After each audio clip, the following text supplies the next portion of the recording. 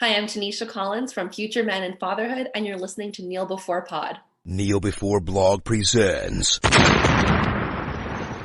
Kneel Before Pod.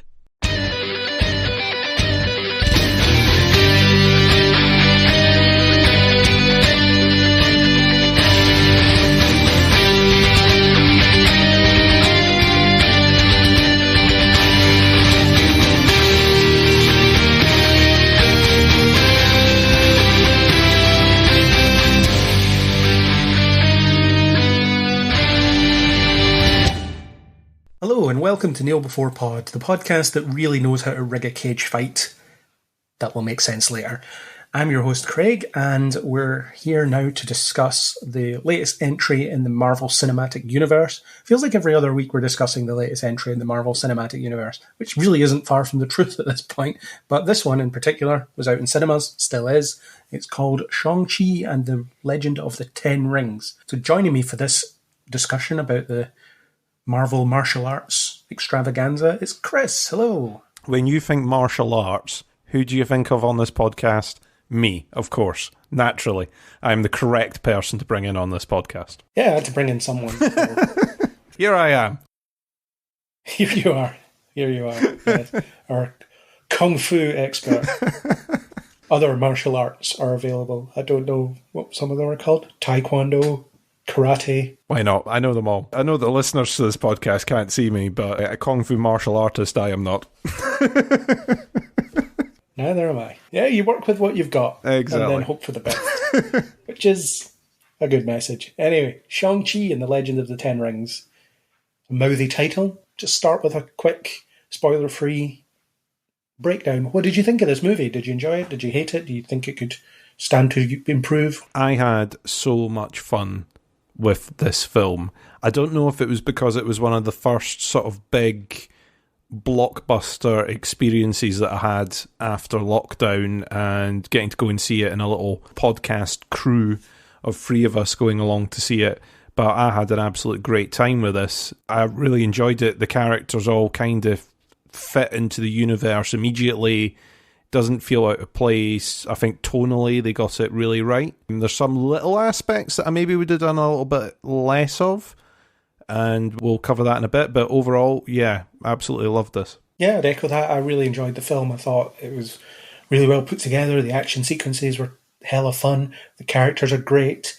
Just a damn good time at the movies, and Marvel have done it again. And you'll get the detractors who say Marvel are running out of ideas and it's all the same and whatever, but that's not me. It's never going to be me. Well, it might be me. If they make a bad film, I'll say it was a bad film, but this isn't that. I enjoyed it a great deal and had a lot of fun with it, and can't wait to see more from these characters as well, which we'll definitely talk about. So yeah, so let's just launch straight into spoilers. We might as well. We can't stay in the spoiler-free territory all day, can we? We have to make our way through some weird maze thing and find the spoilers. I think we need some sort of lovable creature with no face to lead us towards the spoilers. I think we might be struggling for that, but I'll see what I can do.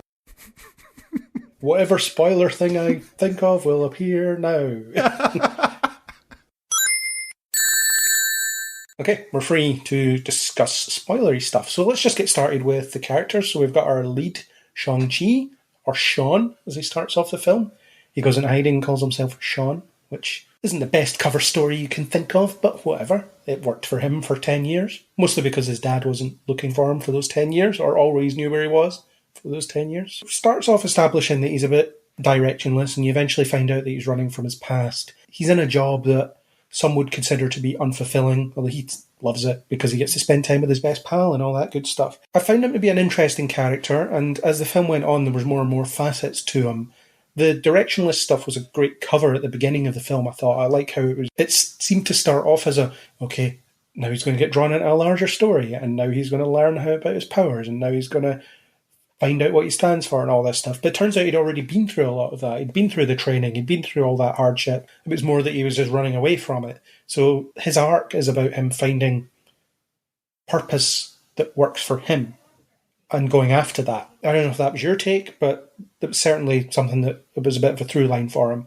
Yeah, you're kind of spot on. I also got led into thinking, oh, this is the point where he's going to suddenly learn that he has kung fu abilities, or he's going to, like you say, get drawn into a wider story and then have to train and then have to develop. And it was like, oh no, he just had that all the time and wasn't using it. He was just in hiding, trying to have a nice chill life. And they even have that discussion early on. Why would we want to go off and do something else? Then we'd have no time, we'd be under all this pressure. Don't want any of that. I love the fact that actually secretly behind that, he's sitting going, I've had that life, or I've had part of that and I don't want it.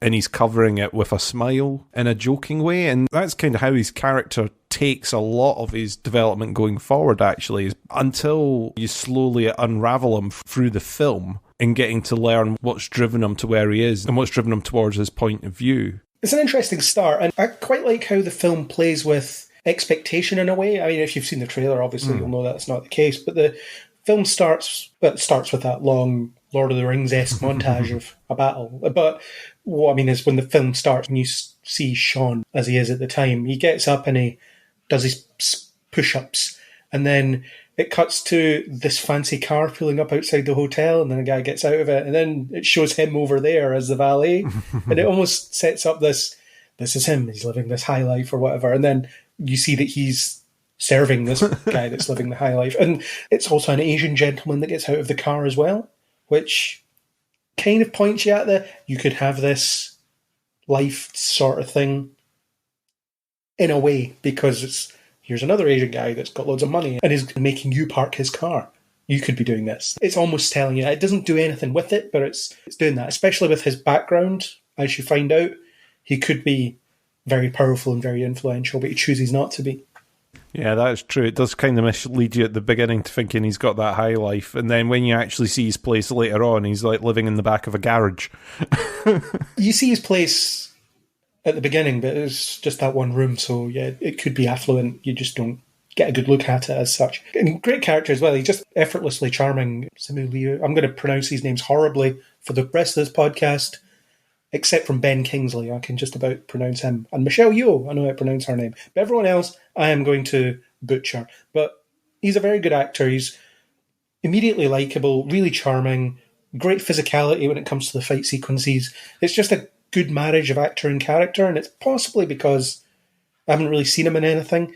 I know he's been big in Kim's Convenience, I think the show is, some Canadian sitcom thing.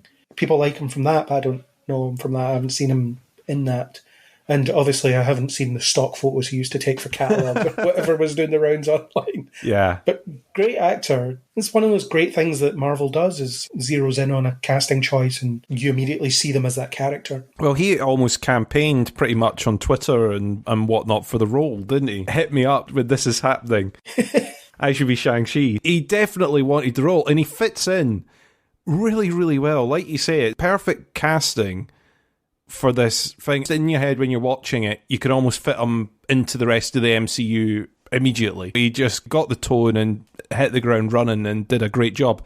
Physicality-wise, are you right? The way he holds himself in those fight sequences, incredibly complex fight sequences. We'll probably talk about them separately. But when you see the training that he went through to do it and all the different styles that they use through the film, they take jiu-jitsu moves, taekwondo, like you were saying, and I'm trying to remember how they describe what the likes of Jackie Chan do, where they're improvising with props on set and different things. There is a proper name for it that I should have Googled before recording this podcast, but totally didn't. Because we're bad at our jobs. Because we're terrible at our jobs. Very bad at our jobs, and we don't want to succeed. I couldn't deal with the pressure if I succeeded. His physicality when doing those things was amazing. The commitment that he's went through to do it, and the charm in which he passes it off as well, is very good. And some of the interesting stuff was when they delved into his backstory. It is a bit flashbacky, but they do make fun of that by having it cut off by various things, like the ordering dinner on the plane. It's the beef or vegetarian. We don't have any vegetarian, so beef then. Yeah, so you'll have the beef? Yes, beef is all you have. Of course, we'll have the beef. They cut that off. But it is quite funny. It's that intense, yeah, so my dad made me feel pain until I couldn't feel pain anymore. And then it's like, What do you want to eat on this plane? It undercuts the intensity of it. And I think that's something this film does a bit too much of, actually, where it'll get into this deep stuff. And I think we'll talk about Katie shortly, but she's the character that every time someone says something like mythological or deep or intense or heavy duty, she'll come out with, how crazy is this? And I think it happened a little bit too often. But there were some times it worked really well, and that was one of them. But his backstory was interesting, that whole relationship he has with his father and wanting to escape that and being fueled by this loss as well. It talks about how he lost his mother when he was young and how that changed his relationship with his father and his relationship with the world that he lived in as well. And he just wanted to escape that. And his dad gives him 10 years to go and realise his mistake, I guess is the assumption. But at the same time, it gives him 10 years to live his life and enjoy his life away from all that. And obviously he doesn't lose anything that he was taught, because as soon as the fight begins, he is right in there. Muscle memory kicks in. He's ready for action once again.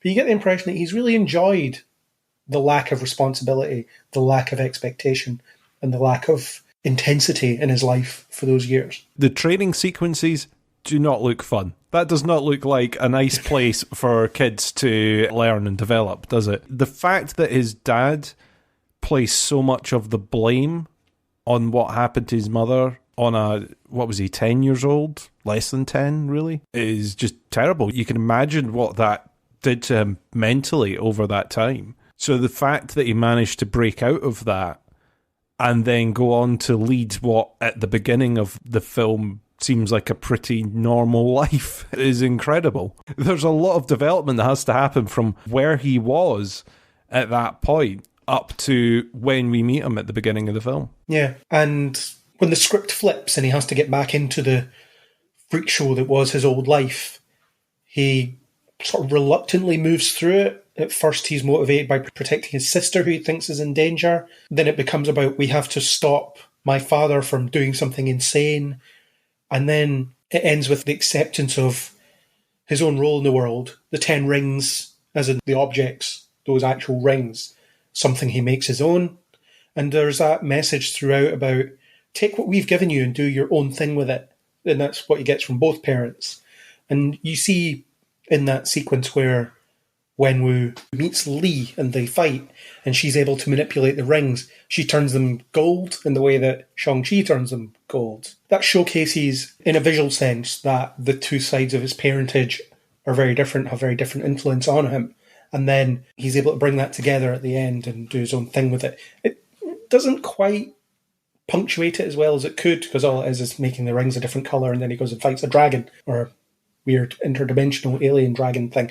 But at the same time, he ends the film committed to the fact that he is a hero and he is breaking away from what his father expected of him. And a big theme in this film is parental expectation. Because a lot of people have to live with that. A lot of people have to live with their parents wanting them to do things with their lives, or being disappointed in what they've done with their lives, or just thinking that their kids aren't maybe living up to the potential. And then there's that whole idea of the child might feel like they're letting down their parents by not amounting to what they consider to be something worthwhile. So you get a bit of that. I don't think Shang-Chi's issue is that he is worried about disappointing his parents. But I guess he wants to honour his mother. That's very much something that's on his mind. Definitely. It's honouring his mother's memory and not wanting his father to dishonour it. It's be better. The fact that Lee had that influence on his father and on him and his sister, and that influence was taken away, and he's tried to carry it forward as best he can, despite his dad's influence and what his dad wanted him to do. So yeah, definitely he was influenced by that. I didn't notice that his mother changed the colour of the rings when she interacted with him. I missed that beat. I knew that he changed the colour of them, and I didn't notice that the mother did. But like you say, you do see that merging of styles in the way that he fights like his dad, but then with his mother. It's almost like an elemental style. It's more grounded, and you get that through a little bit the training sequence with Michelle Yeoh. I think that was a bit of a short training time to learn all he needed to for that particular fight. But it's film magic. It all happens in that time. You can learn how to be a very good archer, and you can learn that elemental fighting style very quickly. It's film magic. Yeah, Nan, show me how she did it. Sean, brilliant. He's just such a quick study. It's amazing.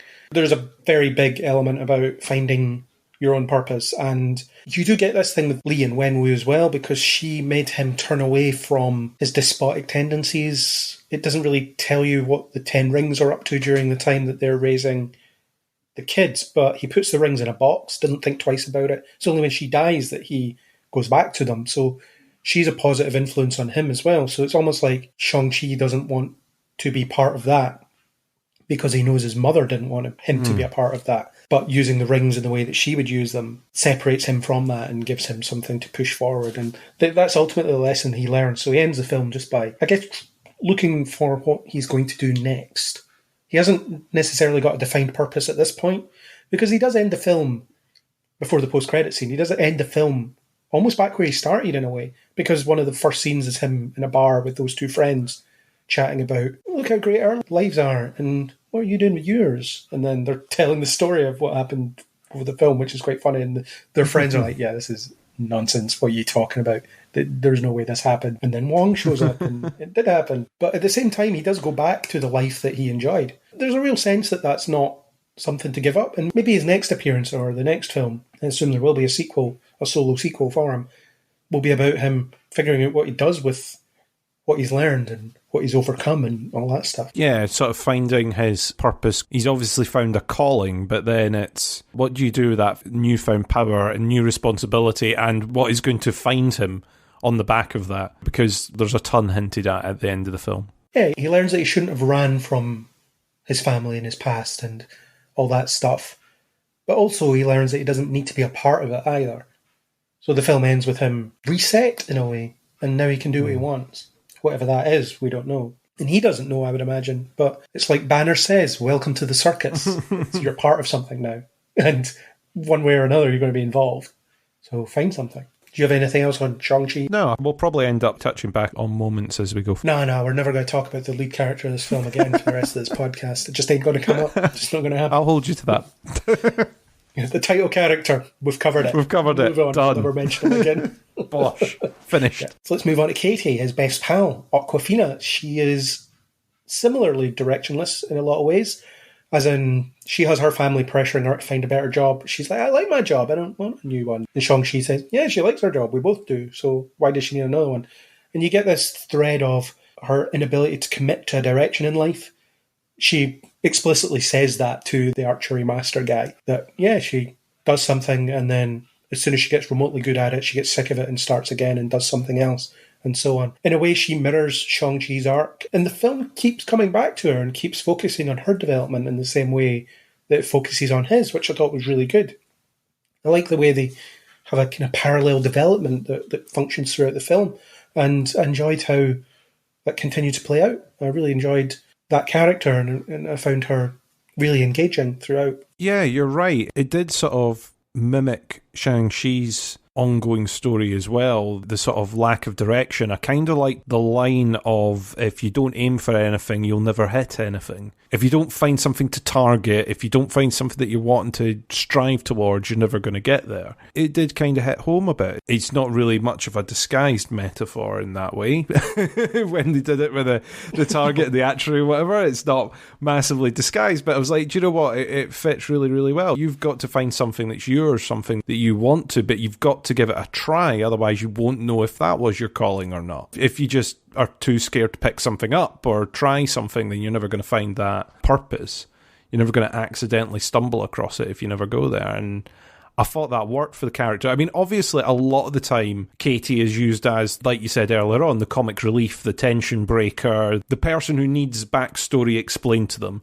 Because when Shang-Chi and his sister are in a room talking about their backs, they wouldn't talk about their backstory unless Katie was there, because everything would already be implied and known. So a lot of the time, she's used as that kind of device. They did the driving thing with her as well. Oh, she's a really good driver, so that was another aspect to bring with the table. And I was a little bit worried that they were going to go down a sort of stereotype route at one point, because it's when you see her interacting with her family at home, and they start putting all the, oh, you should be getting married soon, and you need to have a new job and be successful, you've got to give me grandchildren, all in that scene. I was like, oh no, is this going to be, are they going to go really, really stereotypical with it? But they didn't.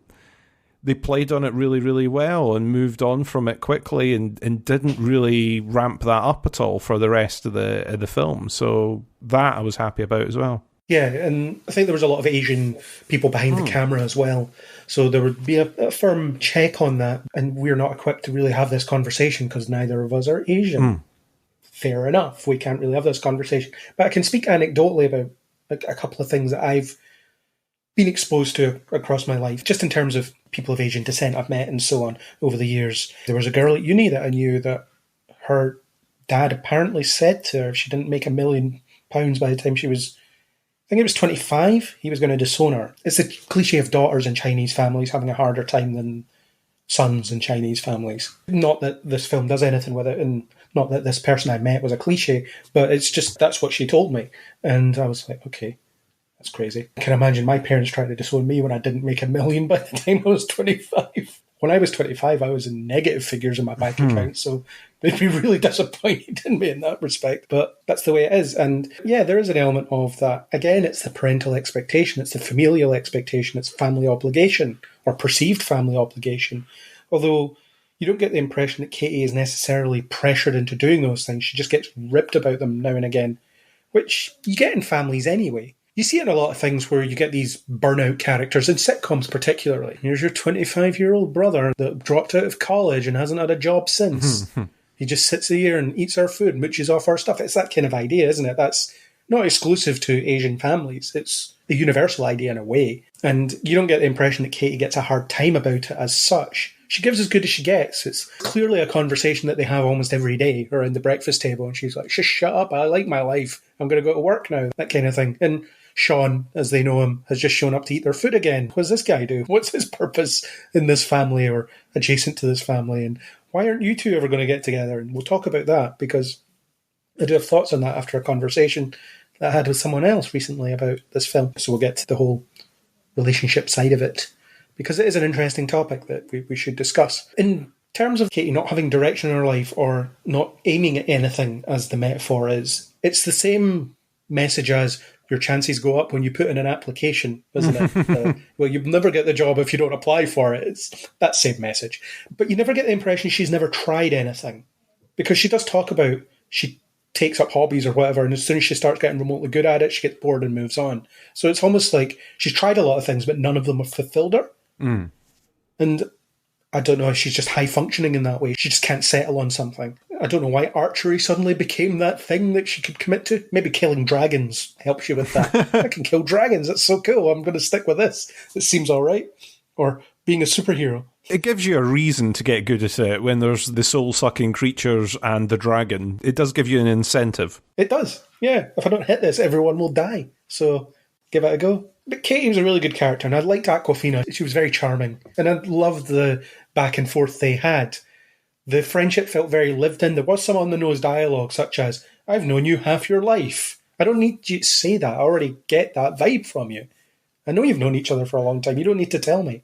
It was really well developed from the start. It was a lived-in, natural, best friends who have, how do I describe it? They've formed a really close friendship, but it doesn't feel like it's a friend zone thing. It just feels like they've got a really good bond with each other. They get each other. They understand their mindset. And just have a lot of fun. The karaoke sequence just seemed really natural. Well, we really should get an early night and everything before work tomorrow, or we could just go out. It just seems like a very lived-in friendship. I don't know if they just met as work colleagues and then it developed to more, or if they met before work. I'm trying to remember what the story was. They explain it. There's something about he's getting mocked for being Asian and his English isn't very good, and she stands up for him, and then they're friends after that. I forget where they say that they met, but they talk about when they first met. Yeah, so that seems like if she stuck up for him, and presumably at that point as well, he's been looking for a new home or looking for somewhere to settle down. That might have been a deciding factor on him deciding to stay in San Francisco at that point. If he's been walking about trying to find somewhere that he wanted to go or to feel safe, as soon as someone stood up for him, he's went, oh, this is the kind of place that I can stick around. So you can understand how that would develop from there. Feeling safe when he could rip their heart out and show it to them as they die. But yeah, but I take your point. Emotionally safe, I guess, rather than yes, he would completely tear them to pieces if he wanted to. Yeah. He would annihilate them with one hand tied behind his back. But he needs Katie to stand up for him. It was a very good friendship, and it's a good time to just talk about that as well. So there's a few references throughout the film to the potential for them to be more than friends, and this brings in a much larger conversation as well. It's not something I really thought about an awful lot, because I'll get to it, but did you feel that there was vibes towards them being something more than friends throughout the film, or do you think it was just a strong friendship? There was a couple of moments I picked up on. I've seen it twice, but on my first viewing there's a bit where he's going into the cage fight and he's made to take his shirt off, and she looks up and she sees him shirtless and she's like, oh, okay.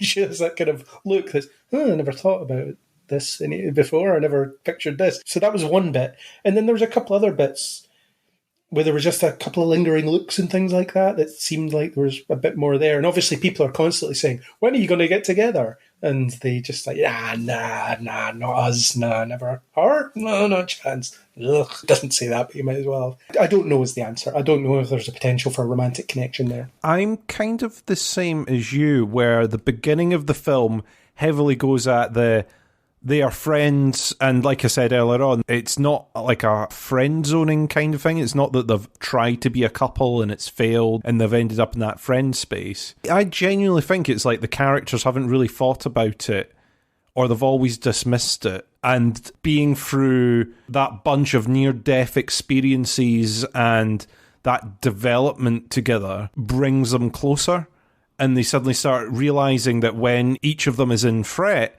how much they care for the other. You don't realise how much you care about someone until you can't see them. Absence makes the heart grow fonder, and that line also applies to the fact that you're seeing someone that could fall off of a skyscraper, off a scaffolding block to their death. In that moment, you would realise how much you care for that person when you're thinking, I don't want my life to go without them. And I think that brings them closer by the end of the film. I think they're definitely hinting at more of a relationship by the end. I mean, they're already doing like a couple's date at the beginning of the film. That sort of meal date where it's two couples going out. That's not two pairs of friends going out. That's almost like a couple's date when they're at the restaurant. How did you first meet? What introduced you to each other? Oh, how are you doing? How's the kids? How's the job? That's like a couple's date in the restaurant. That's not a bunch of friends just hanging out. So I don't know. I'm with you. I think they're friends at the beginning, but by the end, that final restaurant scene where Wu rudely interrupts them, I think they're more of a couple then than they were at the beginning. You mean Wong? Wong, sorry. Rudely? No, I don't know. Is he rude? I suppose he is. He steals a drink. We'll talk about Wong later. The relationship thing is not something I gave an awful lot of thought to, but I had a conversation with someone recently about this, and they pointed me in the direction of an article that I'll put in the show notes as well. And I do agree with this. Something that's been very diminished across Disney output, and I suppose a lot of blockbusters as well over the past few years, has been attraction in characters. You'll remember the superhero formula going back to, I don't know, let's say Spider-Man. We'll start there. Or X-Men. You've got, here's the hero, here's his love interest. They're going to dance around for a bit. They'll be tortured. They'll be driven apart by this secret. And every superhero movie had that, especially the origin movie had, here's your lead character, here's their love interest. And Marvel were doing that until, well, they're still doing it, I suppose, because Doctor Strange, you had Christine, who had no real purpose in the plot other than to be kind of a love interest. But they don't do anything with even that. And even the early MCU films, Iron Man's got Pepper, Tony Stark, Iron Man. That's his hero name. Tony Stark has Pepper. Bruce Banner has Betty in his film. Thor has Jane. Captain America, again, I'm doing it again. Steve has Peggy, etc. And those films did have love stories in them. Those early ones did. Until the Disney acquisition happens. And then they stopped doing them. And it's very strange that they dismiss it in that way and don't make it part of the story anymore. And yeah, I'm fine with it, because throwing in a forced romantic subplot into a film that doesn't really need one's a bit pointless, isn't it? It's just, oh God, here's the scene where they get together, even though they shouldn't, and whatever. It gets really boring, especially when every single one of them's the same. I suppose in Spider-Man Far From Home, there is his pursuit of MJ throughout that film, and then he's pursuing Liz in the first film as well. So that's in there, but again, it's very much sitting in the background, and they're not really doing anything with it anymore. And then if you look at, say, the Star Wars films, you have this suggestion that Finn likes Rey in the first one. In that way, he's attracted to her, and then they just forget about it later on. And it's almost like, what's wrong with having characters that are attracted to each other in these films? Why is that such a turn off for the people making them, or the people making decisions on them? But this article I was pointing to, it's on a website called Blood Knife, and it's titled "Everyone is Beautiful and No One is Horny." It's a great title, and it talks about how modern films have gone away from that, and it used to be very prevalent in other films, and it was just part of the makeup of it, and sometimes it would be natural, and now it seems unnatural for it not to be there. And I don't know if Shang-Chi is necessarily an example that proves how bad an idea it is to ignore it completely, but I do think it has a bit more, not a will they won't they, but it has a bit more of a undercurrent of that potential than some others do. I just found it interesting because it was just out of a conversation I was having with someone else about this film, and it just brought in all of that. It's really interesting. I don't know, with the Marvel films, you're sort of saying the Disney acquisition being the marker for that.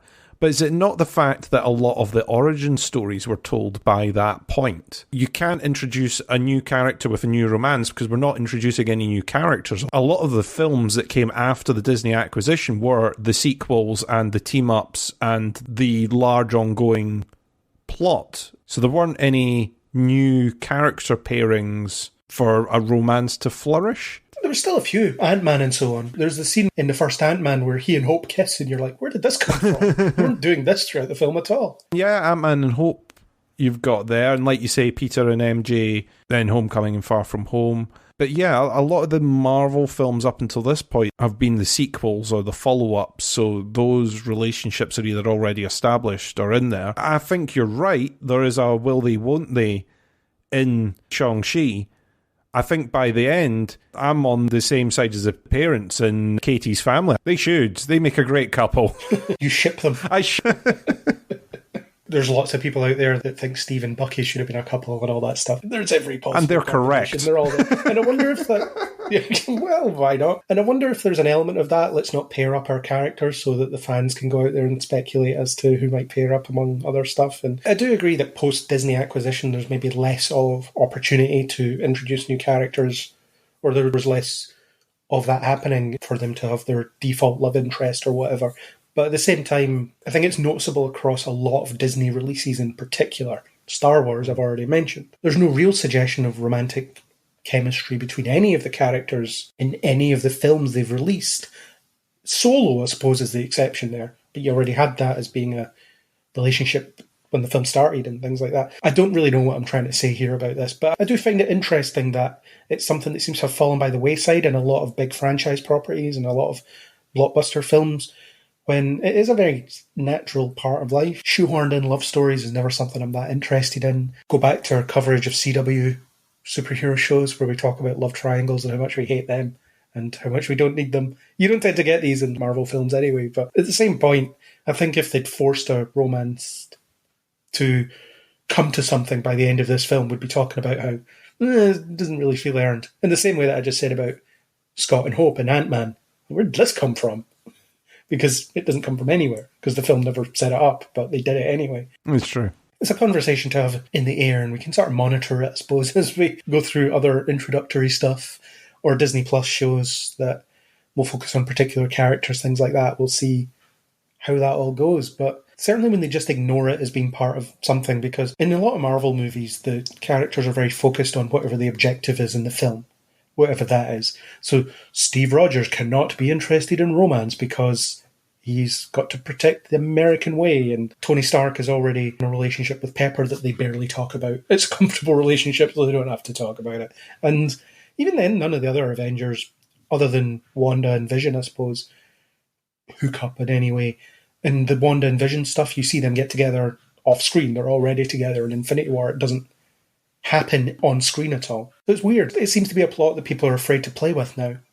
It's interesting. I hadn't thought of it, and I'll need to read the article from the show notes. Yeah, it's an interesting article. It's in the show notes. I'll say the title again because it's such a funny title. Everyone is beautiful and no one is horny. Great title. The article's very good as well, and it makes you think about the differences between filmmaking decades ago and filmmaking now. So Katie, that was her, and she's definitely more than just a love interest. I mean, I don't think she is a love interest at all. I think that's not really something to do with her, but there's far more to her than that, and she's very well rounded, very fleshed out, and has her own distinct purpose independent of just being Shang-Chi's best friend, which is great. Yeah, good character, good introduction to her, and look forward to seeing her in the other films. Yeah, she'll be back. Of course she will. Now up is his sister. Let's talk about Xialing. I can't pronounce her name. His sister. Unlike Katie, does seem, at least to me, to be there more of as an enabler for his arc than having one of her own. They do touch on her history and her feelings a little bit, but most of the time it's just in relation to him, as in Shang-Chi. And even her relationship with her father is more about how it's different to Shang-Chi's relationship with him. So there was real potential for more to be done with that character. And perhaps she could have represented the other side of that parental expectation, and they could have explored that through both of them, having different views on it. But they don't really do it. She's just obscenely capable. She's even set up her own empire where cage fights happen and things like that. And it's just something she did in the past, so she's very capable. But it's kind of disheartening how she fades into the background after a point. You're right. She does kind of disappear in the plot a little bit because obviously the film turns round and goes, and this is our protagonist, so now he goes forward from here. It's one of the things of, and because he's in the title, he moves on. And she's left in the village. It's that, and now at this point our character needs to go forward and save the day and be the one that comes out at the end because that's the title card. You're right as well that a lot of what she does on screen is kind of defined by the two men in her life, her brother and her dad. I liked the fact that she was training in secret. She was overhearing the lessons and practicing herself to teach herself to be pretty much their equal. She beats him in the fight in the ring. As much as she has the element of surprise to a point in there and can maybe go on a bit of the shock and awe, she takes him out at the beginning. She shows that she is his equal, if not better, at that point. And she's managed to build this empire all by herself. I don't know how young she must have been when she started her underground fight ring or inherited her underground fight ring, but she's definitely got herself established there. And the fact that you end the film with her going, oh yeah, I'm totally going to dismantle Dad's empire. Lol, jokes, I'm taking it over for myself. She was a badass before the beginning of this film. So of course she's going to take Dad's empire and do with it as she will. She's training women and men now, boys and girls. She's taking it and she's doing her own twist at it, and she's capable enough to do it. But yeah, like you say, when they arrive at the village, pretty much from there, she disappears a little bit. I can only think it's because of the conceit that this film is based around introducing the title character, not necessarily the sister.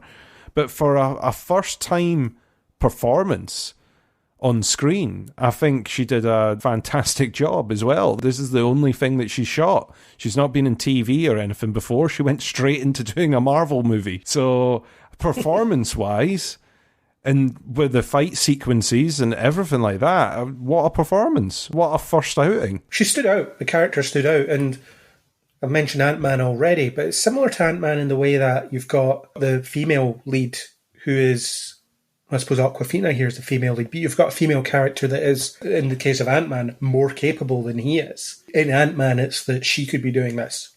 She could do this in her sleep. She's ready for this. But Hank Pym wants to put Scott in for reasons, and she gets pushed aside, where here it's never in doubt that she's as capable as he is. That's proven every time she appears and with every word she says and so on. And they do make it part of the plot that her father focuses on him more than her. Like you say, it's the overhearing the lessons, teaching herself, figuring it out on her own. But they could have made it more part of the narrative by having her be the other side of that coin. Shang-Chi sees life one way, she sees it a different way. They're both influenced by their father in different ways. Because there isn't really any meaningful final scene that she has with her father. I mean, he dies. He has his soul taken. But she's not there. So you don't even find out her reaction to learning he's dead. That's true, actually. Yeah, she doesn't get that meaningful final moment. I just found it a bit odd that you've got this character that has rakes of potential, and obviously it's Marvel, they can pick it up later, but they could have done it in this film, and I think it could have enhanced the overall story in a way, but yeah, the film is called Shang-Chi. It's not called Shang-Chi and his sister, or whatever. It's Shang-Chi, so he is the focus, but she had the potential to be, and I think she's brought in for a specific purpose, and then sort of forgotten about a bit. Even though she has all the same challenges that he has. I can't disagree with you. I think you're spot on, and like I say, it's just the conceit of the film, I think, and the way it's done, but there's tons of potential with what you can do with that character in either a follow-up film to this or through any of the Marvel TV shows in different bits. There's potential for this character to pop up. Yeah, well, the 10 rings will return, as said at the end of the credits, isn't it? So it'll be interesting to see what they do with the 10 rings. Are they going to be the new Hydra? Are they just going to show up everywhere and ruin someone's day? They've always been there, that's the thing. That's the whole point of them. They've existed for thousands of years or whatever, so they've always been there. They've been co-opted, as we'll talk about soon. But she takes them over. So in a way, she gets what she wants. She gets that recognition. She gets that leadership position that she already had. And I liked the scenes that she shared with Katie as well. Katie's the only one that listens to her explicitly, in a way. Asks her, what have you been doing all this time? And I didn't even know he had a sister. And she's like, I was building my own empire. So I wasn't going to get let into my father, so I had to build my own. She's like, hell yeah. It's that, yeah, you go girl type reaction. That was good. And it was Katie just punctuating it again. That was one of the instances of that working, I thought, where Katie is concerned. That's true. I forgot about that moment. What were you doing? I was building my criminal empire. Hell yeah. Just empire. I don't think she says it was criminal. Wenwu. Hasten to call him a villain. I don't think he necessarily is. He's an obstacle in a way, and he represents a lot, and there's a lot to overcome where he's concerned. But he's quite a complicated character, and of course he has to be because he's lived such a long life. It's the burden of longevity, isn't it? He's lost a bit of perspective on what's important, what to care about, and you get the impression that before he met Lee, he was very cutthroat, very passionless, very militaristic, and conquest was the name of the game where he was concerned and so on, until he meets Lee, and then that softens him, and they raise kids together, and he gives up the 10 rings, and he doesn't give them up, he puts them in a box. He keeps them, but he puts them in a box, intending never to use them again. I like the little bits of humanity you would get from him, such as he's playing with the dance mat with the kids and things like that. That was a really sweet little moment. Other things like that. He's a very emotional person because when his wife is killed, he goes and seeks bloody vengeance by murdering the people that did it to her and things like that. So he's a very powerful, very emotionally driven man, but he's also very tempered in the way that he's managed to run this organisation for thousands of years or hundreds of years or however long he's been alive. And he's very complex. It's very strange that he would be so easily duped by the voice of his wife coming from this far-flung place. Well, it makes sense in a way because he's never processed that loss and he's never properly accepted it. And he knows he lives in a magical world where things are possible that other people don't think are possible. So I can see why he would pin all his hopes on, all I have to do is break down this wall and I'll get her back. You can see why he would be convinced by that. But yeah, fascinating character. And the way they play around with him being a villain, not a villain, his redemption in a way before he dies, how misguided he is, how consumed by loss he is, his desire for power, all that stuff. I think it all mixes together brilliantly. This is one of my favourite not villains in the MCU, I would say. It's one of the most understandable from their point of view villains. I'm just going to say villain, but put the inverted commas around it. Because you get exactly where he's coming from. You understand that loss, that grief that he's had. The person who was strong enough and had enough of an impact on him after all those years, those hundreds of years, for him to give up the power and the quest for power that he had had. That big opening montage of trying to acquire as much power and as much influence as possible, and he gave that up for this one person, and they're gone. And then in the background, one day he starts hearing their voice calling out for help. Well, of course he's going to try and resolve that, isn't he? And as you say, he's aware that he's in a magic world. The only bit I would say is that in all his reading and all the documentation and all the articles and scrolls that he's read, at no point is there a warning that they can mimic voices and try and lure people. That's the bit that in my head I'm like, would someone not write that in one of these many magical instruction manuals that are lying about on one of these scrolls? Beware, it could mimic the voices and try and make you do things that you don't want to do, and it's behind this wall. Maybe that's his arrogance. Maybe he's like, nah, it wouldn't happen to me. The voice I'm hearing is genuine. But I've got enough experience. I know. I think it even says the line at one point, I know my wife's voice. I know my loved one's voice. I wouldn't mistake it for anyone else. Did he not say, I could feel her here with me as well? Yeah, it might be a line like that. But yeah, truly understandable. I'm like you. I also like the human side of this character, where he's laughing about them taking his organisation and trying to come up with a name for him and calling him the Mandarin and naming him after food, after a chicken dish. Him having that sense of humour, also with the... like you say, the flashback, the kids' dance mat, bits like that, just that human glimpse into the character, who is immensely experienced. But you think about how long he's been around and this organisation has been around that he's formed, the things that he's seen come and go. I really enjoyed this character. I thought it was really, really well done. I think it was right for them to take him out at the end of this film, because I don't think you could do any better with him. I think it's the right motivation that you need. You need to make space for Shang-Chi to have his own story. You have to make way for his sister to have her own story and to pull forward from here. But as a character for our protagonist to go against, it's the correct one. It's the right thing. It's stepping out from behind your father. It's having to face your father, despite the fact that you yourself would want your mother to be behind that wall, if all possible. If you were hearing her voice coming back from there, you would want her out. It's that really understandable point of view. So I thought it worked really well. And it's that parents don't have all the answers all the time, or even some of the time. It's that idea. It's Shang-Chi that has to tell him, no, this is nonsense. Of course she isn't behind that wall. And it's a very obvious point to make. It's clearly a deception, but he's so consumed by that loss, he's so fixated on wanting her back, that he just can't see the truth of it. And he's devoted his life to this. He's devoted his organisation to this. He's been waiting for that day where he can get in there and break down that wall. And he doesn't care about the consequences of that. He doesn't care about what it's going to unleash, because he just feels that it's right for him. And I guess he feels it will bring his family back together as well. So it's all that, but he's very human, very flawed, very interesting. Tony Leung, great in the role. And I do like that he's the Mandarin without being the Mandarin. They danced around that. Well, yeah, I am the Mandarin, I suppose. I've had a lot of names, and that was maybe one of them, but it's not important. It's just gloss over it. I'm not an Iron Man villain, but he has the 10 rings, which, by the way, are very different in the comics, but we'll talk about them at some point later on. But he has these magical devices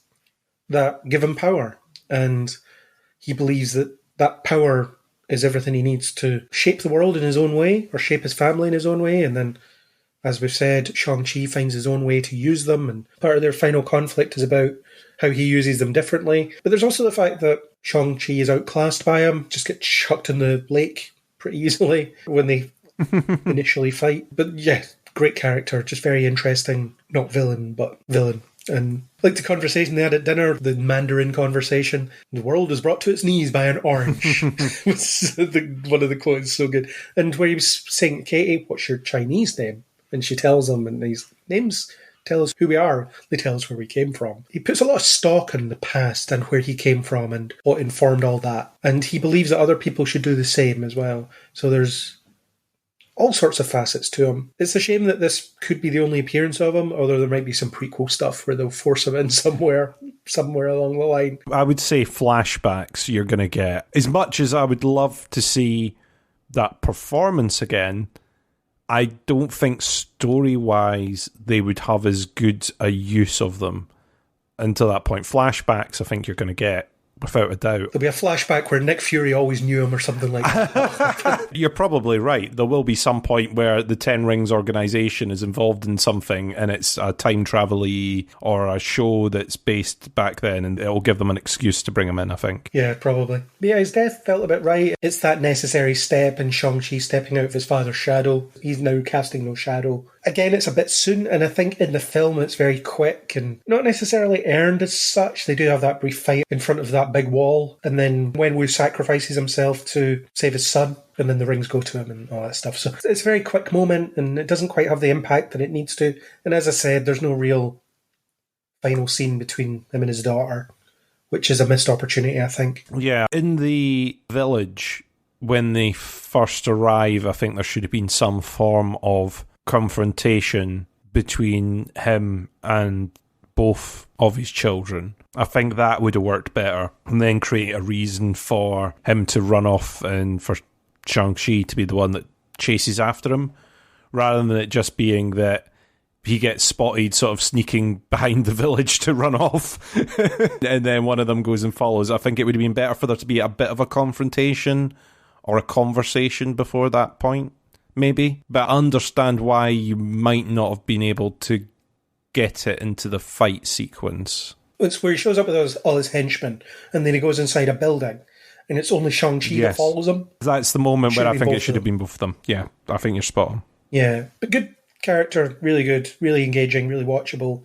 Great in the fight sequences, but of course Tony Leung is great at that anyway. The scene where he meets Lee is really cool. That courtship fight, as I've described it in the agenda that I put together for this, because that's what it is. It's very much a dance, isn't it? They start off by fighting, and then they're courting each other by doing that, and they're complimenting each other by anticipating moves and so on, and moving the rings around between them. It's really good, really top stuff. An incredibly well done sequence. At first, it's meant to be a confrontation, and then it becomes, like you say, courtship or sort of flirtatious. It's, well, I'm going to do this. Oh, are you? Well, I'm going to do this back to you. It's just stylistically with the 360 moves that the camera's doing throughout as well, in that setting that they built for it. Especially with Lee's elemental style, the very fluid movement, in comparison to his, that's more of an aggressive fit. But then you see him softening up through that fight as well. So yeah, I thought that sequence was fantastic. Yeah, but one of the names he went by was the Mandarin.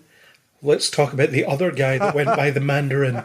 We had I don't know if it was expected. I suppose I kind of expected it when I thought that they were going to be more explicit about Tony Leung playing the Mandarin.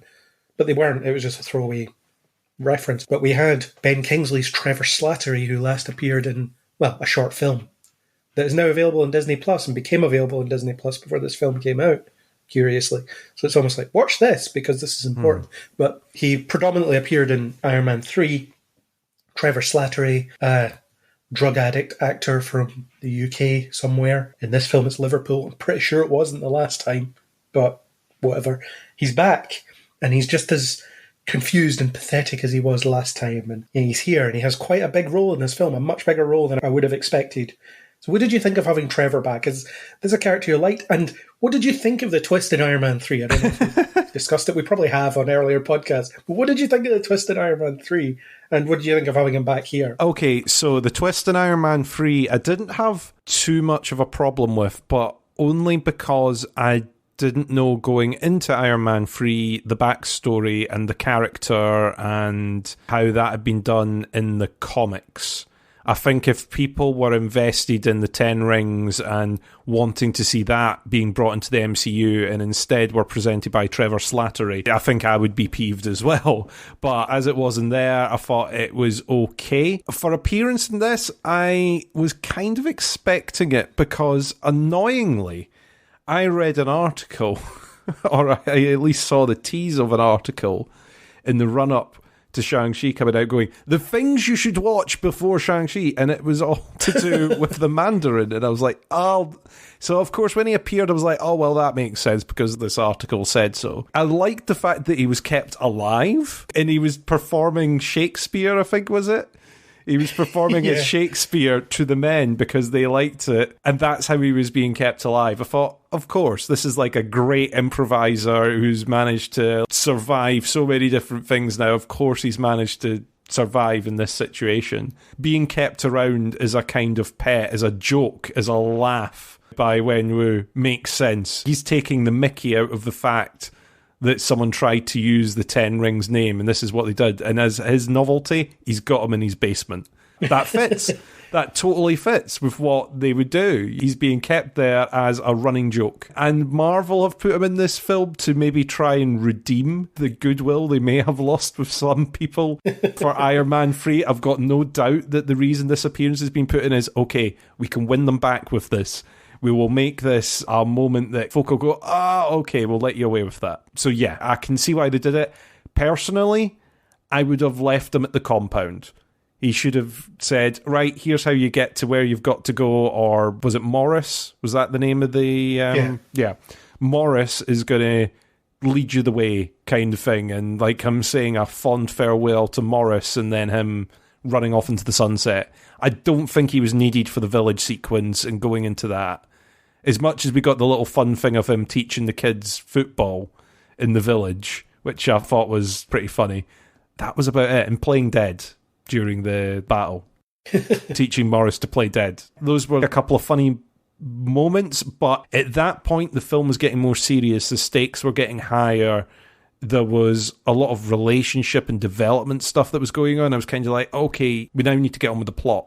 We don't need the comic relief hanging about. Scene stealing is probably the wrong term, but sort of stealing some of these moments away with the humour or the gags or the bit. You don't need it. Maybe when they got to the edge of the forest in the car, before the trees parted ways and they drove through, that should have been the moment that he separated from the rest of the group, I think. For context, the Iron Man 3 twist I was not a fan of. I know it makes me sound like one of those fans that's, you just are slave to the source material or whatever, but I don't think the twist works in the film. I do applaud them for managing to keep it a secret because you had the Mandarin being set up as the villain throughout all the marketing. So pulling the rug from under us is impressive, I'll give them that. It doesn't mean the rug pull's good, it means that you managed it. The actual detail itself I didn't like. And I think that Iron Man 3 as a film falls apart by then. All of its themes disappear and it just becomes nonsense after that point, which is a separate problem. You were saying about they brought him in here to redeem that in a way. They did that short film, All Hail the King, which was on one of the Blu-rays, I can't remember which one, but it's on Disney Plus now, you can watch it. At the end of that, what he talks about happens where one of the Mandarin's goons, the Mandarin in inverted commas, it's Wenwu, one of Wenwu's goons takes him and says, the real Mandarin's not happy with you, come with me, and then they go. It's almost Marvel saying, don't worry, that guy in Iron Man 3, that's not all of the Mandarin you're going to get, we'll bring him back at some point. Now they have and he's gone. They don't explicitly name him. The character is racially problematic anyway, and always has been, but there would have been a way to modernise it, I think. And I think what they were trying to do with Ben Kingsley's version in the trailers for Iron Man 3 was a good step towards that. There was a lot of potential there with that modernisation if they rolled with it, but instead they turned him into a joke. And in this film, he's very much a joke. And that joke, for me, wears very thin very quickly because it's just the relentless, look how clueless this guy is. That's the joke all the time. I did laugh at the Planet of the Apes thing. The apes aren't really riding horses. They're just acting. They're pretending that they're riding horses. Doesn't realise that they're people in suits as apes. So I still can't get my head around it. Forgot that line. Was funny. Tony Stark calls him in Iron Man 3 Sir Lawrence Olivier. That's a very great description of that character. He's just clueless. Oh, those birds are on fire. Oh, Morris says that's normal. That kind of stuff. It's the same gag every time. The fact that he just doesn't understand how things work. But then weirdly he knows enough to play dead. I suppose that's obvious. People are dying around you. I'm just going to lie down and just look after myself here. No one will notice me. But you have to wonder what becomes of this character next. Does he stay with Nan and all them in that village now? You would imagine so. I do agree with you that they should have got rid of him quicker than they did. Maybe once they find the village, that's him. He has no purpose. The intensity is ramping up at that point and they just keep undercutting it with his gags. The bit where he opens the car door is it Shang-Chi that opens the car door and he's sitting there and he's like, I get sick in the back. I think I've just referenced almost every joke that they make with him. It did great on me for a while. It's weird because the reveal of him being there is very similar to the reveal in Iron Man 3. He just comes out of nowhere and he's like, hi, I'm Trevor, and then tells you a lot about himself. I do remember my reaction in the cinema in Iron Man 3 the first time I saw it. He comes out of the toilet and he says, oh, you might not want to go in there for 20 minutes. And then he notices Stark, and then it plays out from there. And I'm sitting there thinking, no way, is that Ben Kingsley? And I kept waiting for the double rug pull for him to reveal that he was just pretending to be this clueless actor. But nope, it never happened. So I'm not saying that, oh yeah, they ruined the canon by making him not the Mandarin. I just don't think the twist worked. And I think it represents a point in the film where it falls apart and it stops being about anything. But in this film, he was okay, but the style of humour started to grate on me very quickly where that character's concerned. And I don't think he added an awful lot outside of that either. There's nothing to him, really. I agree with you. I think there's a certain point where they could have dropped him from the film. I think the point is before they go into the forest, that's when he decides, right, I'm going to go off and find my own way and escape and go off and lead my happy life where I never impact on the MCU again. I mean, Morris was cute and their little friendship was pretty decent as well.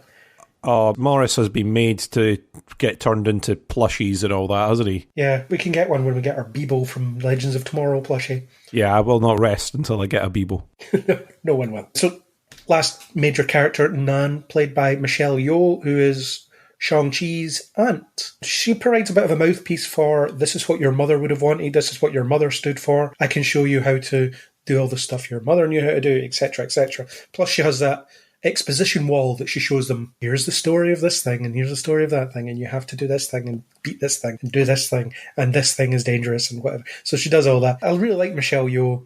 Was there not that interview she did where she talked about kicking Jackie Chan's ass many years ago when they first appeared in a film? That's a good interview if you can find it. And we'll try and find it for the show notes, but it is out there. She talks about that. I feel like Michelle Yeoh has been showing up in a lot of nerdy content over the past few years. It seemed to start with Discovery when she played Captain Georgiou / Emperor Georgiou. But she showed up in a lot of things. She was in Guardians of the Galaxy, not playing this character, funnily enough. Not two characters in the MCU she's played. I seem to see her everywhere. But not everywhere, in a lot of places. She was in Bond years ago, wasn't she? She was Tomorrow Never Dies, and they were thinking about doing a spin-off that they never did with that character.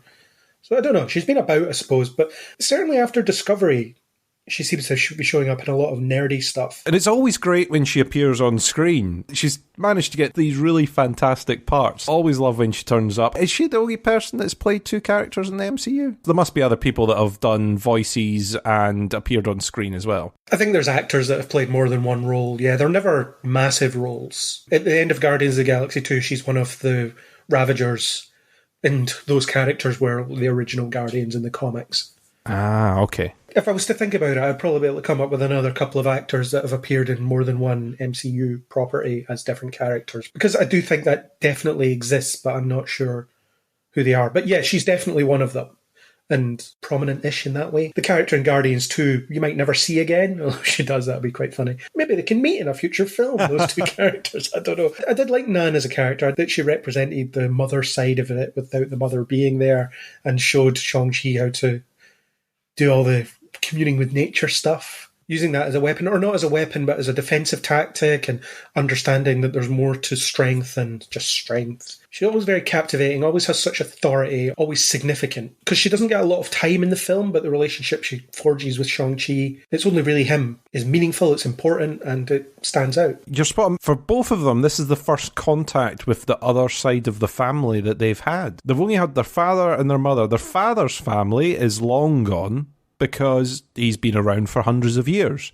The mother's family is in a secret hidden village that no one can go and visit. This is the first time that they get to go and see blood relatives. They get to hear what their parents were like when they were younger and find out about their past. Obviously, their mother told them certain things, but they were so young at the time, they never got the full stories. So getting to hear all that from that character just really, really worked on screen. Michelle Yeoh, like you say, comes across as this authoritative type and is able to impart those lessons, those sort of wise lessons. I think, again, it was a bit of a shame that it was just Shang-Chi that got that moment. That sort of, let me teach you this particular lesson. I think that should have been both of them in there as well. I think that would have worked a bit better. Yeah. Glad to see her on screen. I thought it was a fun character to have, and glad that she wasn't killed off during the battle. I was kind of worried. I was like, no. You need that words of wisdom character that they can go back to at some point. She's one of the many backstory explanations, isn't she? There's several of them throughout the film, but it worked well enough. She commanded that exposition wall quite deftly, didn't she? Exposition wall. I like it. Every film needs an exposition wall, apparently. Every film that has deep-seated, thousands of years ago type mythology associated with it. That's true. And on the subject of that mythology, the plot is Shang-Chi's rise to being a hero in a lot of ways, but also you've got this late edition of this threat from another universe, and they do explicitly say it's from another universe. It's this soul-sucking creature, and people thousands of years ago managed to trap it behind this wall, so it's not a problem anymore. And then you've got Wenwu just breaking it down. And at first he just puts a couple of cracks in it, which some of the creatures come out and start attacking the village, stealing souls and so on. And then eventually the big kahuna breaks out. But it's fine because there's a dragon under the sea that's just been biding its time that Shang-Chi can commune with and fly around on. And it's Katie that kills the soul harvesting creature. I forget. They do name it, but I can't remember what it was called. But she's the one that kills it, because if it sucks our dragon's soul, it'll become unstoppable, says some guy, because he knows that for some reason. That plot, in a way, seems to come from nowhere, but it does enable a kick-ass action sequence, so I don't really have any complaints on that score. Like you say, it does enable a kick-ass action sequence. I'm trying to remember, it's like Katie has to shoot the arrow towards its throat to stop it being able to suck souls, because that's where its soul-sucking organ is, presumably. That's its weak spot. It's its video game weak spot. It's the video game weak spot. That'll stop it being able to soul-suck, and then they can get on and kill it at that point. You do question why they didn't maybe try that the first time rather than just shoving it behind a big wall, but who am I to question such things? They didn't have a good enough archer back then. That might be the case. Didn't have someone with a good enough shot, so they just went, you know what, we'll lure it behind the wall. It'll all be fine. But yeah, it does enable that sequence. It's the regular problem with a lot of the Marvel films is at the end of the film, you've got to have the big CGI-a-thon. In this case, it wasn't so much people blasting different coloured light beams at each other with explosions in the background. In this case, it was two CGI dragon monsters and multiple little soul-sucky creature monsters that you had instead. In different coloured rings. In different coloured rings. And I was also thinking, every time they splash into the water, of the poor people that went to see that film in 4DX and would be getting scooshed in the face every 5 seconds as part of that sequence. That's a good maybe 10 minutes or so of the film that you're getting absolutely drenched by water jets. Yeah, that's what you get for going into 4DX. So Exactly. I wouldn't recommend it. Did it once, never again. But the plot itself, the threat itself isn't that important, because the idea is that Wenwu being misguided is the threat. That's the problem. And the creature escaping from the wall is the consequence of that. I don't think they really set it up as being as big a threat as it needs to, especially since they said this is the most powerful thing we've ever faced, and it getting out means we're all dead, and then they defeat it relatively quickly. It's very neat in that way, and it goes against how they set it up, because it was so easy. Fair enough, it took Shang-Chi mastering the 10 rings and throwing them at the creature and then exploding and whatever, but at the same time, it just seems like this isn't as big a threat as you've made it out to be. No, it doesn't seem like that you wouldn't have a bigger plan for this after all this time. You've got the big wall, the big gate keeping it in, and a little village of people with dragon-scale weapons to shoot it, but no one up at the door where it's going to come out. You've not got turrets and guards and anything up there. No, they're all staying in the village at the other side of the lake. Well, a lot of good that'll do if it flies off. You get the little explanation at the beginning of, oh, well, this is just a tiny village, but our society's actually massively technologically advanced. We've got these big cities that you just can't see from here. It's this idyllic lake with the deadly soul-sucking dragon behind a gate, and then past here is Wakandan-level technology just out of shot. We stay here with the dragon scale armor and the arrow set. There are people that just lived the way they lived, right? Their magic was fine. They had these magical creatures surrounding them. It's this hidden oasis that's stuck in time in a lot of ways. It's this timeless oasis of culture and tradition. As opposed to Wakanda, where it's always the new hotness, where they're always making the next best thing, where Shuri is like, you need a new suit, your old suit is more than fine, but here's a new one because new is always better. But these are people that are committed to their tradition. They don't need anything else. That's the whole point. They've mastered inner peace in their own way, so they have everything they need to survive and thrive, and they train all day. It's like Katie says, you just pick something and spend your whole life becoming amazingly good at it. And that's about it. And then the obvious contrast to that is Wenwu and his henchmen, who are the antithesis of that lifestyle, and they're to be condemned for that reason. The film doesn't quite give you that, but it's in there. I do love the bit where the weapons that Wenwu's people bring do nothing to the soul-sucking creatures. You have that bit where they're holding the village hostage because they've overpowered them because they have superior firepower. But then they realise their weapons do nothing, and they're like, let's work together. That's a good plan. Everybody just take up arms. And the Razor Fist guy, that's what's on his car, isn't it? Razor Fist. If I check the IMDb, I'm pretty sure that's what he's down as. Yeah, Razor Fist. He takes his sword off and he puts a dragon scale sword on his arm, so he can fight. There isn't much to that character, but he's just a big guy that fights. And that was cool. It was a really good way of integrating that. And it's that moment of understanding, I guess. It's the, oh no, new isn't always better. These guys have got it figured out. They know how to handle this problem. We'll go with that. And it gets better. A lot of people die, obviously, which they don't make enough of.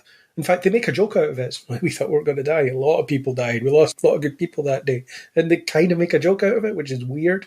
Because a lot of people did die senselessly because of Wenwu and what he was obsessed with. I don't think it's quite the anti-Wakanda, but it gives you that vibe, and it's this interesting other little pocket of the MCU that can explore further later. It's got magical creatures there. It's got weird horses, as Trevor says, and all these other weird creatures. Phoenixes, I guess. That's what the flying flaming birds might be. Yeah, kind of along those lines. I mean, I've not read a lot of the comics to do with this. Nor me. I'm not huge on Shang-Chi myself. I don't know how much this is explored or if it's a little pocket that they've created for the MCU at all. But yeah, it's an interesting universe. Like you say, they say it's like a portal to a different universe, a different world. And then if the creature got through to our side of that, or the MCU side of that, it would wreak havoc and devastation. So that's why the village is at the other side of the lake, is to protect that gateway to the other universe rather than protect the gateway into theirs. Do you think this is the kind of stuff they might have shown us in Iron Fist if they'd had any money on that show to show us this kind of stuff? I thought a dragon, honest. I thought a dragon. Maybe they would tie more into that. I don't know. If they had more of a budget, would they go more down that line? Possibly. It did give me the Kunlun vibes. It gave me Kunlun vibes, as in how that was described to us in that show. In some ways, the dragon being the obvious one. He fought a dragon, and that's how he got the Iron Fist. There's no Iron Fist to earn here. There's just rings. But similar sort of idea in a way, a magical hidden place. Yeah. Maybe we'll get Iron Fist in a future Shang-Chi film. I'm sure that's on people's list, isn't it? I don't know. Not many people like Iron Fist, do they? If they can redeem Trevor Slattery. Danny Rand next. Yeah, Danny Rand, yeah. I'm sure we'll get him back at some point. Good point. To talk about the action sequences then, we've talked about the third act climax. We can sort of finish talking about it. I like the aerial battle between dragons and riding on the back of a dragon and stuff. Apparently they built a practical dragon face. I read that somewhere, so that's quite interesting. I thought you were going to say, they built an actual dragon face. Yeah, they built a real dragon face. Marvel have got into some pretty hairy genetic engineering for their films now. They're just making creatures instead of, well, making them in a computer. Well, that Disney money. Yeah, I know. It's unstoppable. But apparently they built the practical, at least the face that you could hang on to and stuff like that. I thought the third act sequence was good. There was a lot of good little bits to it. I really liked the electric crossbows Wenwu's guys had. They were quite fun. And the martial arts sequences in it. And just the whole setup, I enjoyed it. It looked great and it flowed really well. And it was a really exciting sequence. Yeah, I'm with you. I liked the electric crossbows. It sort of ties into that origin story that you see at the beginning. This is a traditional warrior. And he would, of course, go for, yeah, I'm going to have my guys out there with a modern take on a crossbow. So yeah, that fitted really well for me. I enjoyed the final action sequence. I think it was really well done. To me, it's still massive creatures and fighting, and you kind of lose a lot of stuff in that action. And like you say, trying to work out the consequences. I think where this film worked really well was in the smaller scale fights. I'm going to call them smaller scale fights because there were less people and there were no dragons. But That's how you define smaller a scale. smaller scale. There were no dragons, there was less people. So take that. Things like, we've obviously got to touch on, like, the bus sequence, for example, at the beginning of the film, which was amazing. Just so well done. I was massively impressed with that. And even seeing, I mean, you were talking about them building a full dragon face. Seeing how they shot some of that bus sequence. I think it's the Marvel account, I think, put some of the shots on Instagram, and there's a few other that have appeared of how they filmed all those different elements and stuck some of them together. And it is really impressive to see doing that confined fight sequence using basically every part of that bus got used as part of that sequence, and then making it fun at the same time, adding that bit of MCU humour to it with the guy live streaming it on his cell phone. It just worked really, really well. The bus sequence was superb. It was obviously augmented with CGI to make it flow faster and stuff like that, and to make Shang-Chi's moves a bit more, not inhuman, just to accentuate the skill and his ability and all that stuff. There was a few allusions to Speed, the Keanu Reeves film. Obviously, it's on a bus. The brakes are cut, it can't stop.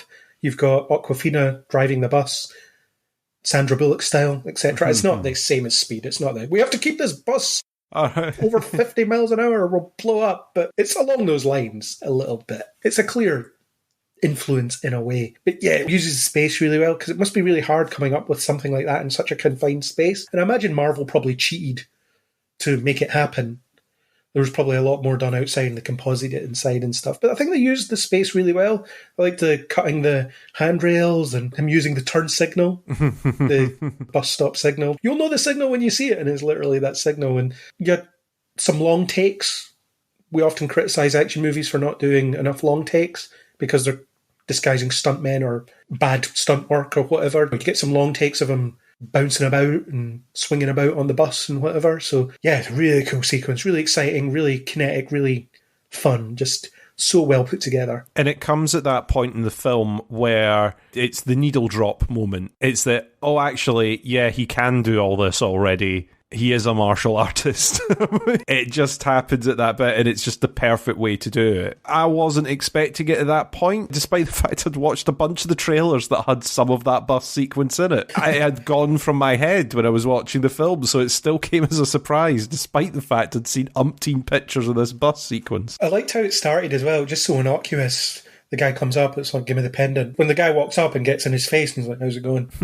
And that's his only reaction. It's like, give me the pendant. He's like, what? Then they start fighting and you see that he's very well equipped to deal with that situation. Then you get Razor Fist shows up with the sword in his arm, and people are like, what the hell? I don't think people are as terrified as they needed to be on the bus. I think people were taking it in their stride a bit too much. But you had that joke about, yeah, I'm live streaming it, and then it lets Shang-Chi become a bit of a celebrity, the bus guy or whatever they call him. And you have that woman that's writing her research paper on the bus. They draw attention to it a couple of minutes earlier, and Shang-Chi picks up her laptop and gets it cut in half.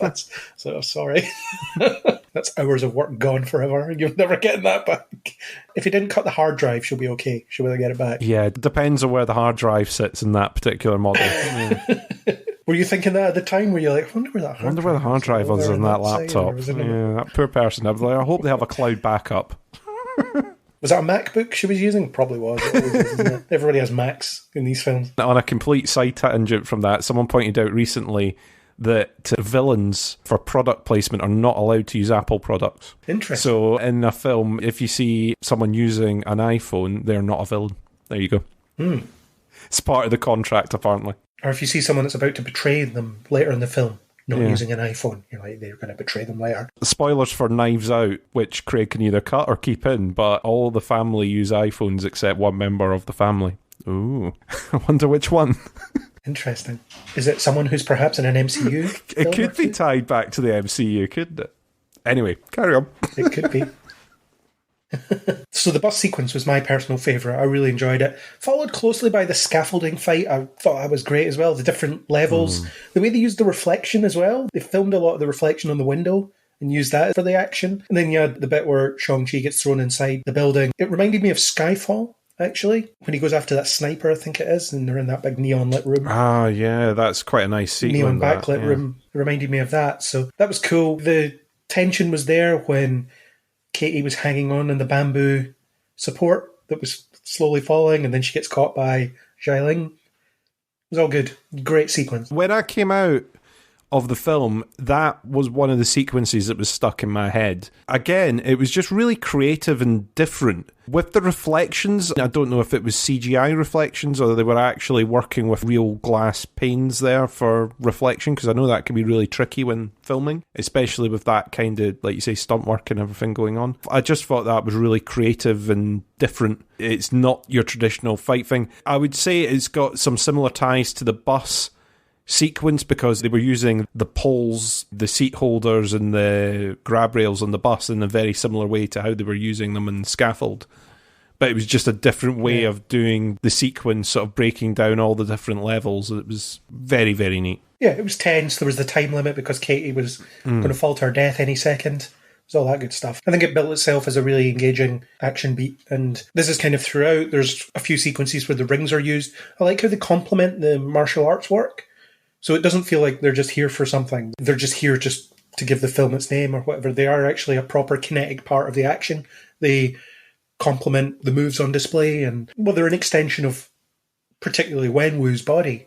He knows how to use them so well that he uses them so naturally. And you see a bit of that in the opening montage where he's like swinging them about and it makes a shield around him. It's when he throws them at people and they come back to him. And he's kind of always aware of where they are and what they're doing and how to control them. That goes to Shang-Chi later as well, and Lee as well, when she's using them, when she's taking them off him and things. So they feel like a natural part of any combat sequence that they're in. And Shang-Chi turning them gold and having them circling around them and things like that. It reminded me of Sonic, just these gold rings just going everywhere. I imagine that when the film and that sequence becomes available on demand very, very soon, someone is going to do some sort of cut with the Sonic ring sounds to that moment. That's definitely going to appear. If someone has not pirated it and done it already, that'll definitely He'll be fine as long as he keeps one ring. Just one ring is all he needs, and then he can take a hit. I liked how they were used. Again, because I said it earlier on, I've not read the source material. I know that you said earlier on that these are meant to have more powers. Is that right? Yes. So the 10 rings in the comics are actually jewels that sit on rings. What they are is the power source for a crashed alien ship that the Mandarin finds. And he takes these jewels and he puts them into rings. In the different colours, they have different abilities. Some of them shoot fire, some of them are whatever. I can't remember exactly what the abilities are. I could look them up, but I'm not going to. But they all do different things. I was kind of looking forward to them doing that maybe in Iron Man 3 because we've had Thor, so magic is part of the context of the universe now, so it's not so outlandish to have Iron Man dealing with magic. Plus it's technology versus magic, which is a really cool dichotomy to deal with. So it could have been Iron Man with all his armours just getting blasted by these magical rings. And they're not magical in the comics. I mean, they are, but they aren't. They're a power source, an alien power source. Actually, it's a dragon's ship. Fing Fang Foom is the name of the dragon piloting the ship. He's not a dragon, he's an alien that looks like a dragon. It's an important difference, apparently. But anyway, so that's what they are in the comics. Whereas in this, they are just nondescript, powerful things that do stuff. And mostly they're used to hit people. But they're used to make magical barriers and things. But mostly they're just used to hit people. Yeah, they're mainly used to hit or to thrust them away from the ground to kind of fly, but not quite. You get a little bit of that going on as well. They're more bangles than rings as well. Good point. Good point. They're more bangles. The 10 bangles doesn't quite have the same ring to it, though. Ah. It doesn't inspire fear. No, it does not. It does not inspire fear, yeah. Ah, here comes 10 bangles. Better run and tremble.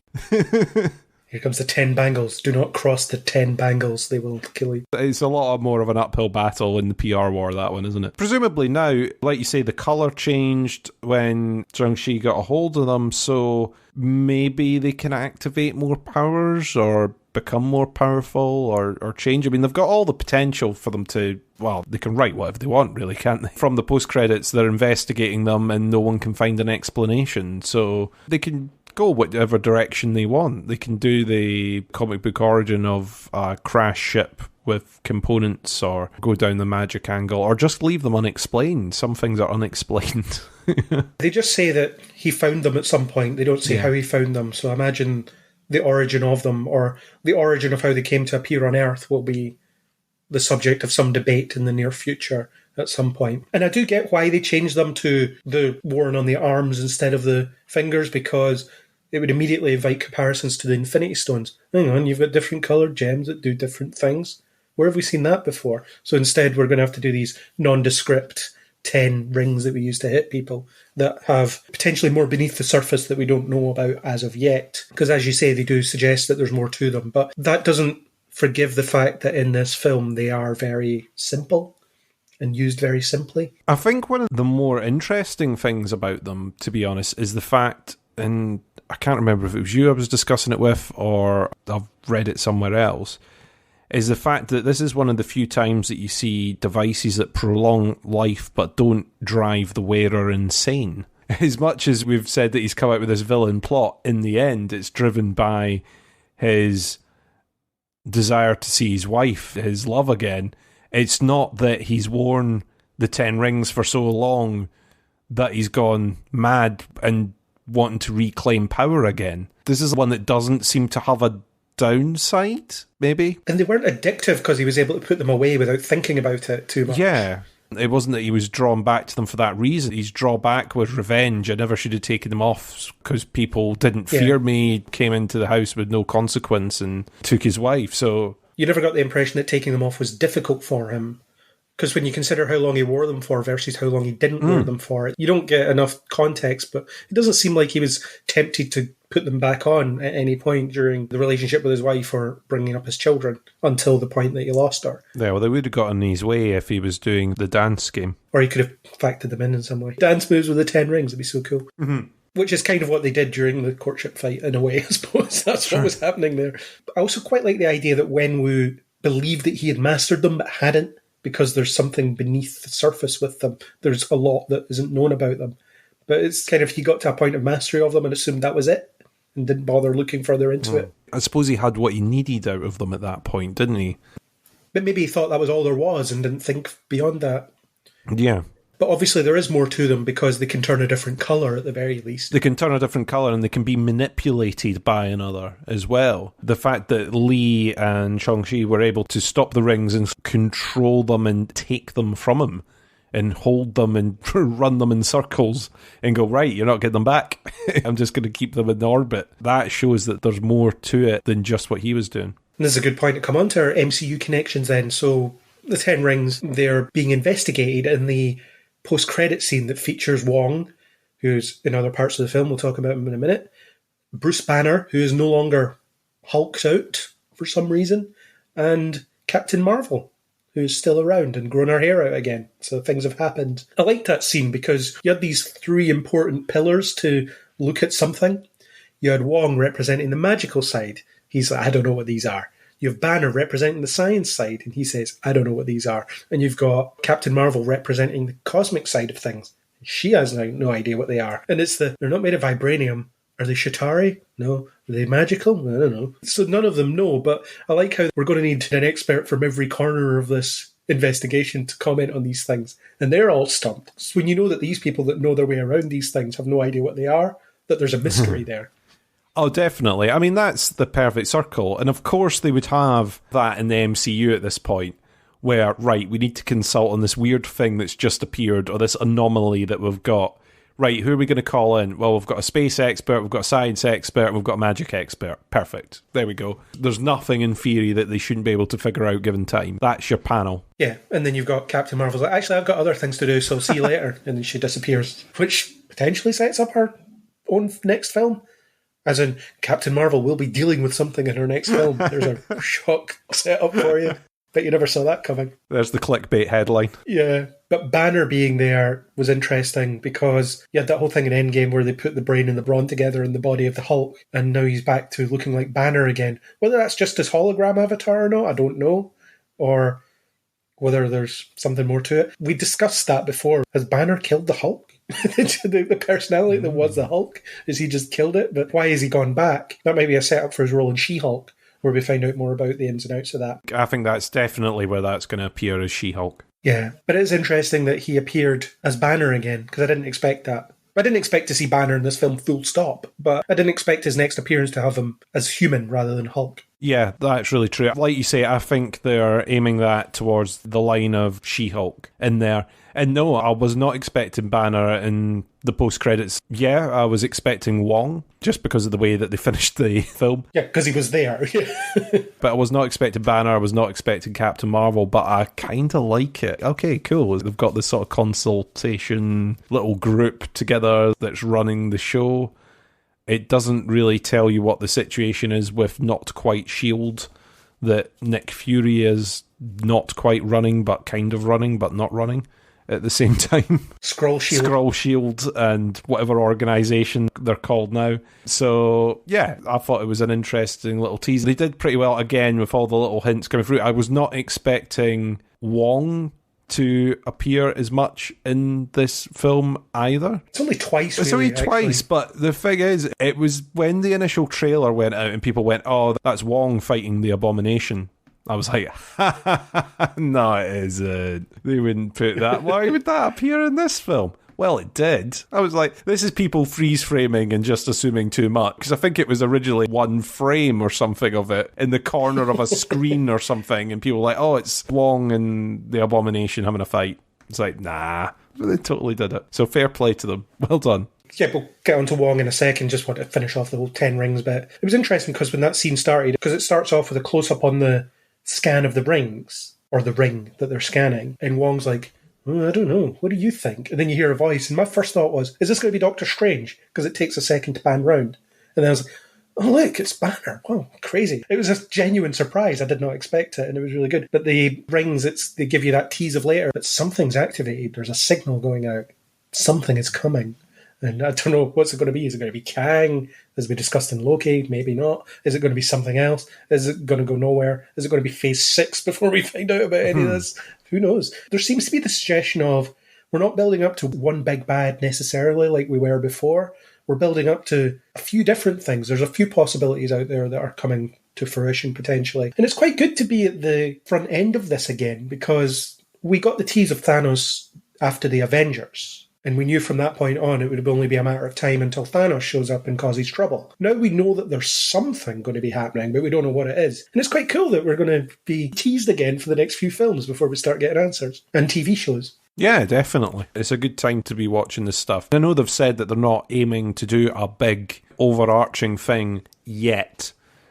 But you can't help see these little details and go, ooh, is this teasing something? Is this adding a little bit to the background for something else? What could this be? Yeah, because now it is TV and film. There's loads of places to explore the background and establish more. Yeah, but yes, Wong and the Abomination. It's a very small bit, and they have a quick fight, and Wong calls him a meal, and he chastises him for hitting him too hard, and apparently it was Tim Roth that voiced the grunts. He's going to be in She-Hulk as well, so I imagine he just took time off from the prep for that or whatever, just to film some grunts that they would put into this film, but I thought that was funny. The Abomination looks more like his comic book counterpart. He has the fins and stuff that the version of the Incredible Hulk didn't, so yeah, okay, comic accurate looks that work on screen, I'm always for that. It was a very brief fight, but it was fun. But it seems like they've got a bit of a scam going on there. They're trying to make some coin. Yeah, definitely doing some sort of hustle on there, because they're like, oh, next time, don't hit that way, don't do it that way. And the sort of background thing, it looked like Wong was taking him back to his holding cell, every once in a while breaking him out of prison so that he can have a fight with him. How did that relationship even start? How did that begin? You can only imagine. Need to read the prequel comic. Yeah. I don't know if there's a prequel comic. I don't want to know. I'm happy just speculating as to how that relationship could have started. But I love how playful Wong is in these appearances. In Doctor Strange, there's the bit where Strange makes fun of him because he has one name like Beyonce, and then the next scene you see him, he's listening to Beyonce on his iPod or whatever. And then you see him in Infinity War, and he's trying to con Strange into buying him lunch. His attachment to the physical is detachment from the spiritual. I'll tell the guys at the deli, they'll make you a metaphysical ham on rye. Just great banter there. But I like that Wong seems to pretend he's this centered, wise sage.